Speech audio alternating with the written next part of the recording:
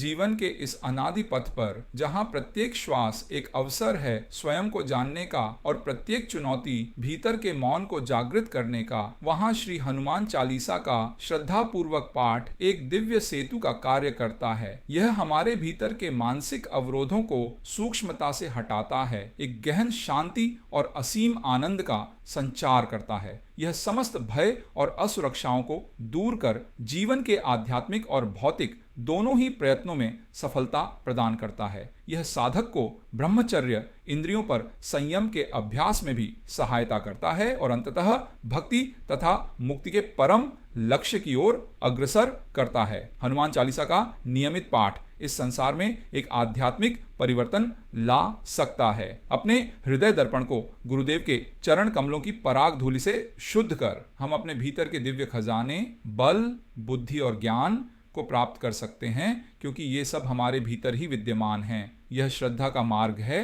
जहाँ विनम्रता प्रथम सोपान है। आज हम गोस्वामी तुलसीदास जी द्वारा रचित उस पवित्र चौपाई में अपने चित्त को एकाग्र करते हैं जो हनुमान जी के अद्भुत सामर्थ्य और उनके दिव्य प्रभाव का वर्णन करती है। यह केवल शब्दों का समुच्चय नहीं, अपितु सनातन सत्य का एक अनमोल सूत्र है जो गहरे आध्यात्मिक रहस्यों को उद्घाटित करता है। तुम्हारो मंत्र विभीषण माना, लंकेश्वर भय सब जग जाना। इस चौपाई का अर्थ है, हे हनुमान, आपके मंत्र यानी आपके उपदेश को विभीषण ने स्वीकार किया और इसी के परिणाम स्वरूप वह लंका के राजा बने। ये बात सारा संसार जानता है। ये चौपाई हनुमान जी के उस अनुपम गुण को दर्शाती है जहाँ उनका मार्गदर्शन न केवल भौतिक सफलता देता है बल्कि व्यक्ति को धर्म के मार्ग पर स्थिर करता है, जैसा कि विभीषण के जीवन में परिलक्षित हुआ। लंका नगरी को अहंकार, रावण और तमस के अंधकार ने समस्त विवेक को ढक रखा था। अहंकारी रावण अपने बल और शक्ति के अभिमान में चूर था। ऐसे समय में जब हनुमान जी अपने प्रभु श्री राम की आज्ञा से उनकी प्राण प्रिया सीता की खोज में थे, सूक्ष्म रूप धारण कर लंका में प्रवेश करते हैं। हनुमान जब लंका में प्रवेश करते हैं तो उन्हें एक घर से राम राम की ध्वनि सुनाई देती है। हनुमान जी घर में प्रवेश करते हैं। वो विभीषण मिलते हैं जो रावण के भाई होते हुए भी भीतर से धर्मपरायण, राम भक्त और भगवतनिष्ठ थे।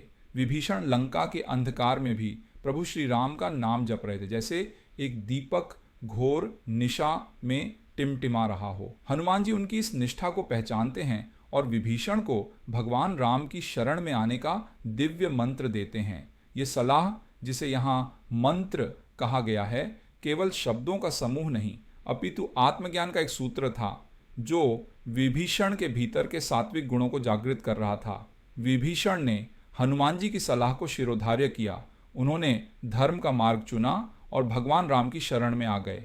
यह विभीषण के लिए केवल एक राज्य का मिलना नहीं था, अपितु धर्म की विजय और शरणागति का परम फल था। भगवान राम ने विभीषण की धर्मनिष्ठा और शरणागति को स्वीकार कर उन्हें लंका का राजा नियुक्त किया। विभीषण ने एक उत्तम राजा के समान अपने राज्य में धर्म की स्थापना की और अपनी प्रजा का ध्यान रखा।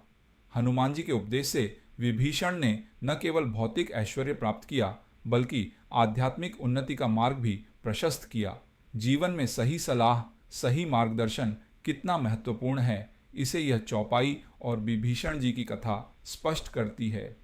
हनुमान जी का जो स्वयं ज्ञान, विवेक और गुणों के सागर हैं, उन्होंने विभीषण के भीतर के सत्य को पहचाना और उसे धर्म के पथ पर बढ़ने में सहायता की। उनका कार्य हमें यह भी स्मरण कराता है कि सच्चा सामर्थ्य केवल बाहुबल में नहीं अपितु विवेक, निस्वार्थ सेवा और करुणा में निहित है।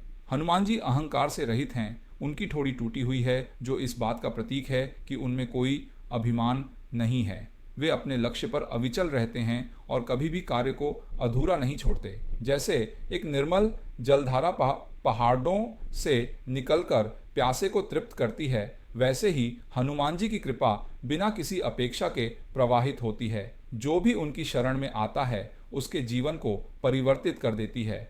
हनुमान जी का नाम मात्र लेने से समस्त रोग और पीड़ाएं समाप्त हो जाती है और मन, कर्म, वचन से उनके ध्यान से सभी संकटों से मुक्ति मिलती है। वे साधु संतों के रक्षक और असुरों के नाशक हैं। माता जानकी ने उन्हें अष्ट सिद्धियों और नव निधियों का दाता होने का वरदान दिया है।